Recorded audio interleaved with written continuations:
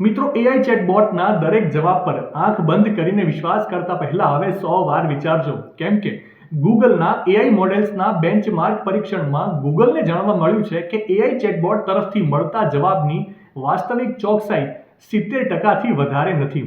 સરળ શબ્દોમાં કહું તો આનો અર્થ હવે એ થયો કે એઆઈ ચેટબોટ તરફથી તમને આપવામાં આવતા સરેરાશ 3 જવાબમાંથી 1 જવાબ ખોટો હોય છે.